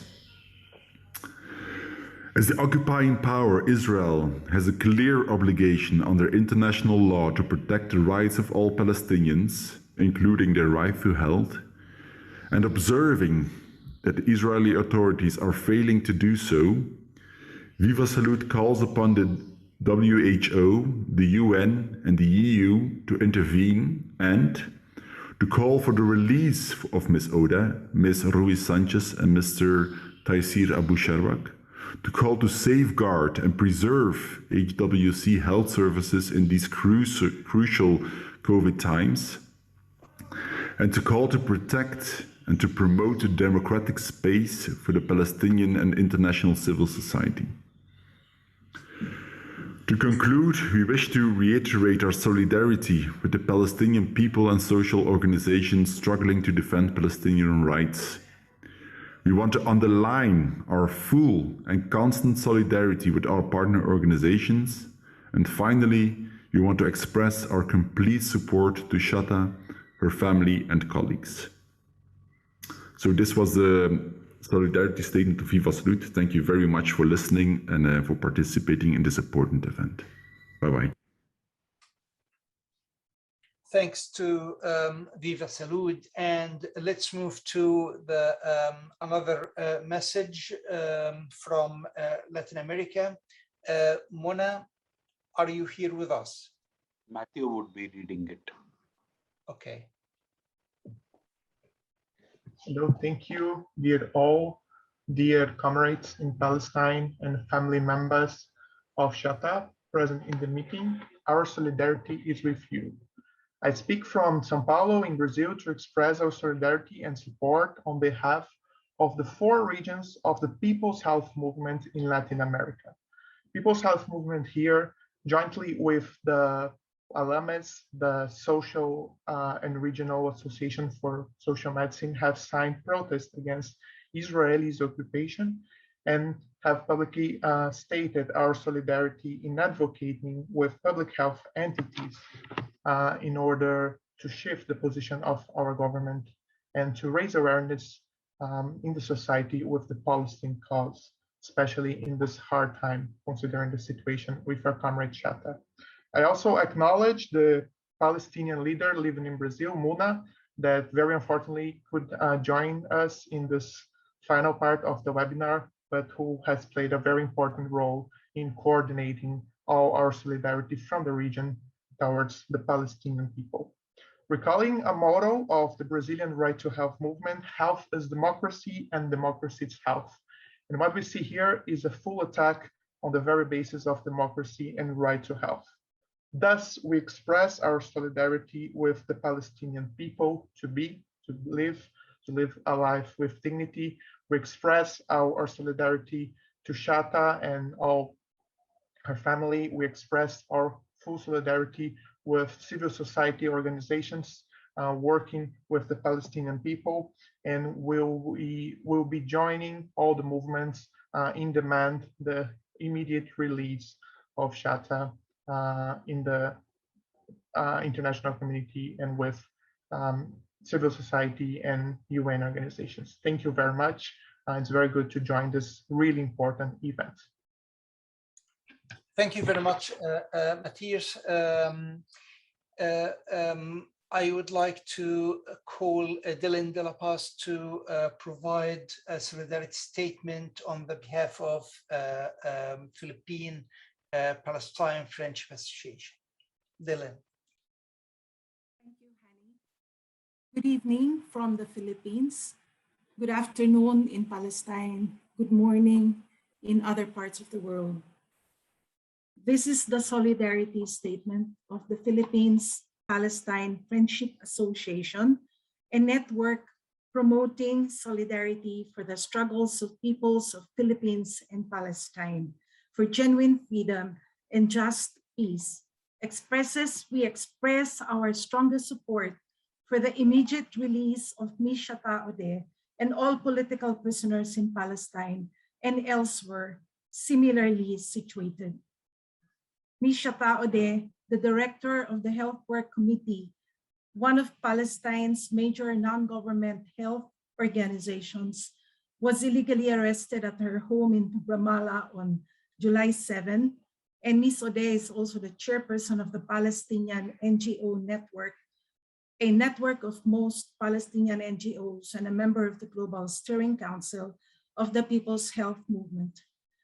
I feel for Shatta because as also the past coordinator of the PHM for Southeast Asia, Australia, and the Pacific, I had a chance to be the hotel roommate of Shatta in Bangkok when we had a PHM Steering Council meeting in January of 2019. So I shared a lot of experiences with Shatta on how we in the Philippines also continue to support the struggle of the Palestinian people. And Shatta also shared with me many of their hardships and the struggles. And I feel very sad and very bad for what has happened. And I and the Filipinos are so much in support of the struggle of the Palestinian people.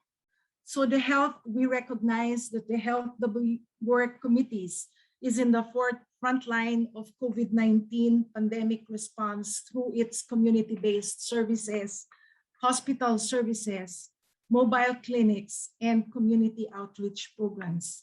The attack on HWC implies that many protected Palestinians living across the occupied Palestinian territory, especially in Area C, where HWC operates, will be completely deprived of humanitarian services that only civil society organizations could offer, given the increased attacks by Israeli occupying authorities and Israeli settlers. Even as the COVID-19 pandemic and its highly transmissible Delta variant now rages worldwide, Palestinian human rights defenders and civil society organizations have witnessed a distressing increase in Israel's harassment and ferocious attacks and continuing crimes against humanity. And this, despite the UN High Commissioner for Human Rights, Michelle Bachelet's advisory in the context of preventing catastrophic rates of infection to, and I quote, release every person detained without sufficient legal basis, including political prisoners and others detained simply for expressing critical or dissenting views, unquote. Since the Israeli occupation in 1967, roughly 20% of the Palestinian population has been imprisoned by the occupying power at one point or another. The Palestinian Prisoners Organization, the Adamir, reports that Israel, in its effort to silence critics, currently holds 4,850 Palestinian political prisoners, including 225 children and approximately 41 women, as well as an estimated 540 Palestinians in administrative detention.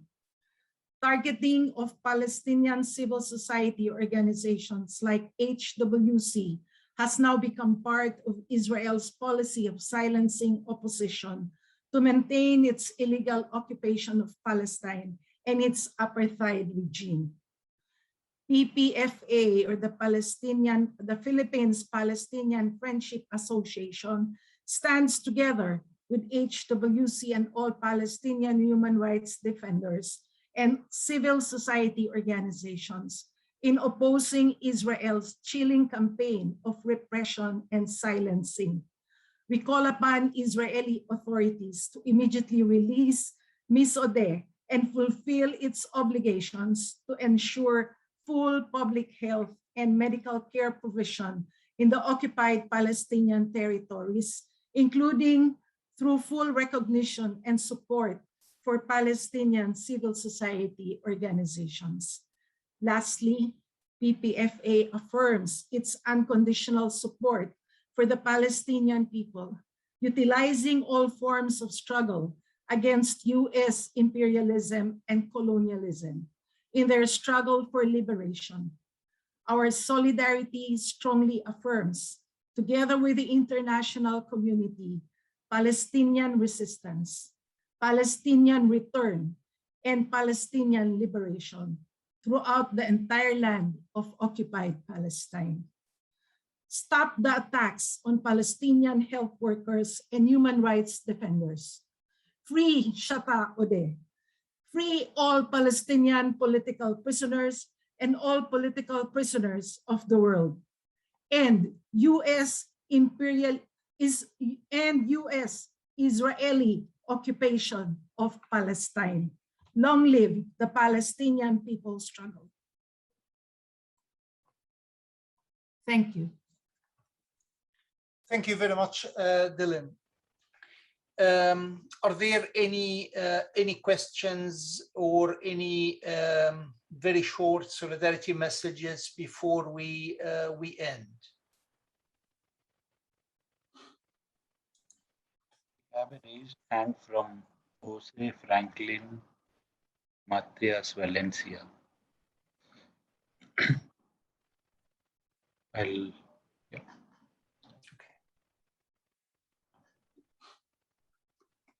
Franklin Matrias, I have unmuted you. You could go ahead. You can go ahead.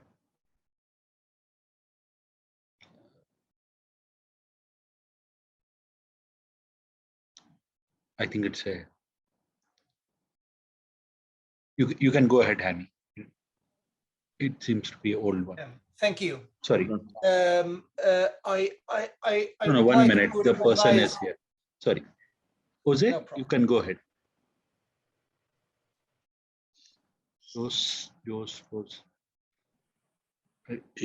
Buenos días. No, me gustaría salir el video, lo tienen apagado el video. Estoy desde Guayaquil, Ecuador. Quería, a nombre del Frente Nacional de la Salud de los Pueblos, instancia que luchamos por la atención primaria de salud aquí en el país y somos parte de toda la Organización Mundial de la Salud, nos solidarizamos con el pueblo palestino y con la doctora Sadat. Exigimos la inmediata libertad, que pare la actitud violatoria a los derechos humanos de parte de los israelíes y del imperialismo. No podemos seguir soportando tanta indominia, tanto abuso, y realmente que los humanistas, a los cientistas, a los seres humanos que nos dedicamos a defender la salud y que luchamos por la vida, se nos encarcele, nos apresen, nos torturen y hasta nos maten. Yo creo que el 17 de agosto, como le decía la hija, realmente en el mundo entero debemos hacer acciones para realmente exigir que se dé la libertad de la doctora. Nuestra solidaridad a nombre del Frente, desde acá del Ecuador y a nombre de todo el pueblo del Ecuador. Un abrazo a todos y gracias por permitirme darles este mensaje.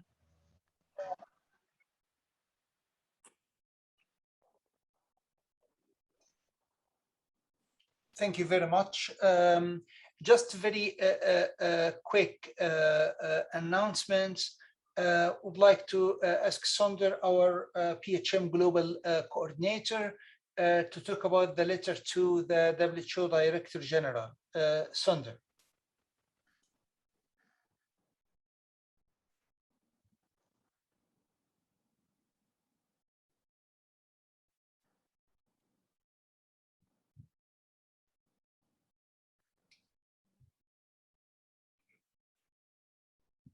Unmute. Yeah, we can hear you. Please go ahead. Thank you. We have, from the People's Health Movement Global, we are committed to a continued, sustained support for the cause of freeing Shatta Ode as long as it may take, though we hope it takes, we are able to have some progress in the immediate period. Our letter to the World Health Organization Secretary, Director General has been signed by more than 700 signatories. A lot of them are organizations from across the globe, and more than 60 countries have signed this statement.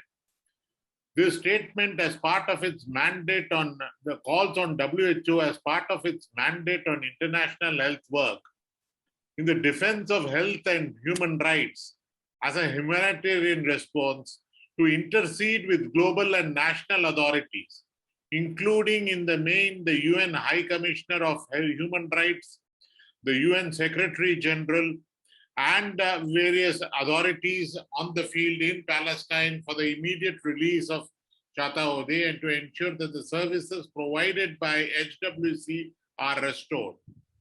Further, the attacks on Palestinian healthcare workers and human rights activists and civil society organizations in the occupied territories cease immediately. We reiterate that after this letter has been submitted, we have tried to reach out to the DG's office, and we are following it up to make sure that there is some action that is taken from the whole health sector other than the human rights authorities. And we also reiterate that this is an unprecedented mobilization that we are seeing for Shatta Ode across the People's Health Movement. We already heard from Philippines, we already heard from Brazil, we already heard from other areas. But in every area, we have had a good response to the signatory campaign and to this webinar. And we hope to take it forward with continued solidarity actions forever, as long as it may take. And we again hope that within the month, we shall see her set free. Thanking you. And thanks to all those who have attended this seminar, this webinar, and this workshop to share their solidarity on this occasion also. Thank you very much, Sundar. Another announcement, Juju, can you just share with us something about the Lancet article?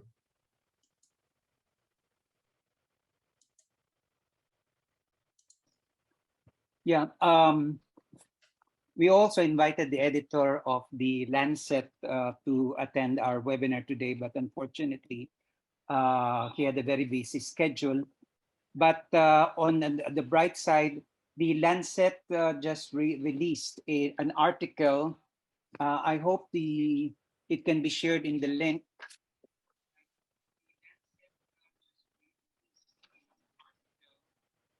So this is the article that came in this week about the case of Shatta, the Palestinian health NGO leader detained, and our efforts at gathering signatures for the WHO and how we are following it up. And there is also a statement here by from Samer, from the Global Alliance of Health, War, and Conflict. And also statements were also lifted from the Health Work Committee and Amnesty International. So we hope that many more articles be published. I know that they are circulating in several of our FB pages, in the Jewish Voice for Peace, Health Advisory Council, in the different country circles of PHM. So we must continue this campaign until Shatta is freed and all the political prisoners. And really, we have dared this far to struggle for people's right to health, even accepting all the perils that are attached to it. So in greatest solidarity, we must forge our strongest solidarity so that we can make that statement: hands off health workers, hands off activists, hands off people who serve the people. And while we all have the same experience, or many countries have that experience, we also, just like what is said, that if Palestine distrusted the Israeli government, or many of our country circles have also distrust in their government, it's really up for the people to forge their solidarity, to teach governments throughout the world what the people really desire, what the people really deserve, and what the people can chart their own development. So long live international solidarity, free Shatta, free Palestine, free all of us from our and dare to win in our struggle for people's right to health and development. Let's continue our solidarity work. Thank you very much. And I would like to recognize Khulud Auda. She's Shaz's sister. She's with us as well.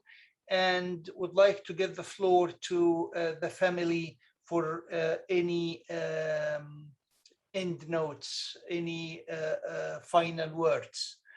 Mr. Abdul Muhsin.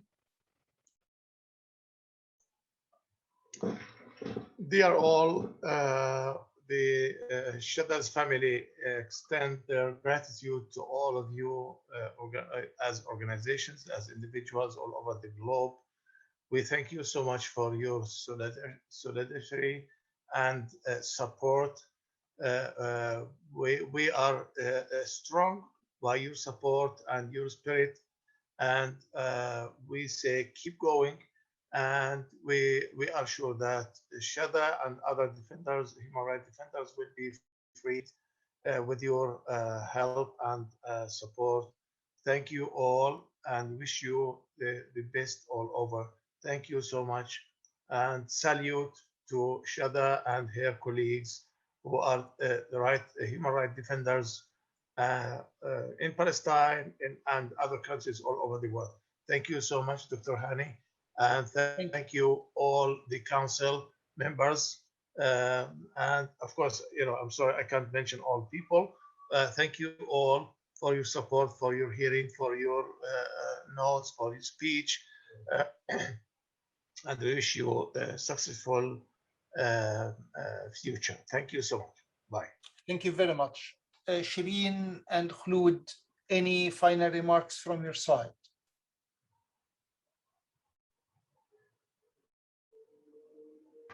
Thank you. Thank you, everyone. Sorry, maybe I should put the camera on again. Yeah, I just wanted to say that I just pasted in the chat the calls that we use in our urgent appeal. There's a family urgent appeal. I'm not sure if people have it or not, but it is basically when you're sending messages or doing lobbying or advocacy, maybe you can always remember at least these 3 messages. If you can repeat them in your urgent appeals or in your statements, that would be great, because we're basically calling on the occupying power to immediately release my mother. We want we want also to ensure that her right to liberty and freedom from arbitrary arrest and detention. We're also calling on the occupying power to ensure and uphold her right to the highest attainable standard of health and mental health. We're also calling on to end the systematic and ongoing practice of targeting the Palestinian civil society organizations, including the health work committees and human rights defenders, including my mother, which is all contrary to international law. Thank you very much, everyone. Being here today, listening to all your messages, to all your support, is was very inspiring, and it touched us really deeply. We know we can count on you. You can also count on us. I mean, it means a lot to us, obviously, and knowing that my mom, she has so many friends, she has so many colleagues, so many people that love her and are supporting her and behind her. This is I think this is very, very important, and we already ensured to tell her today that there's a webinar for her. So tomorrow when we speak on the radio on one of the prisoners programs, we'll make sure also to say that it went very well, that all her friends from all over the world are saying hello and are supporting her and are telling her to stay strong, and that everyone is working in their own way to ensure my mom's liberation. Thank you, everyone, and I hope we meet one day. Our house is obviously open for everyone. Whoever passes to Palestine, you're welcome to come over. I think my father agrees with me on this. Thank you, and again, I hope we meet soon in better circumstances. Thank you. Thank you very much. And Khulud, last word, if you want to add anything. Sorry, who should I unmute?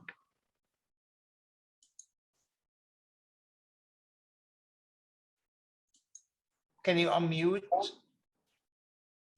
Whom should I unmute? Could you please? Khulud, yes, go ahead.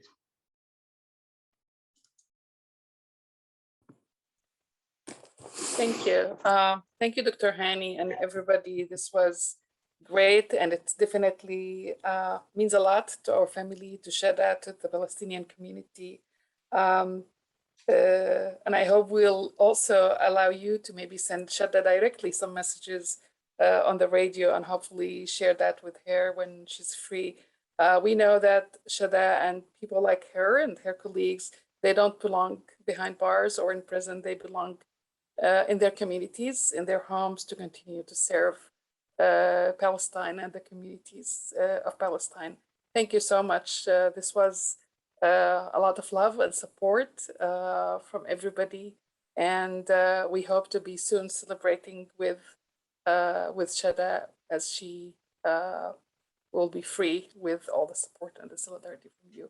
Thank you so much for organizing this and for all the effort you're doing across the globe.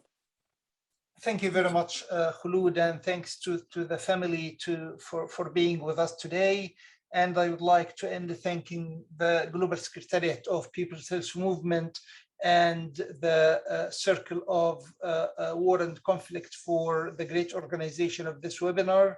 And we commit ourselves as PHM to continue supporting the struggle of Palestinians and to continue supporting the case of Shada. Thank you very much. And with this, we conclude the webinar.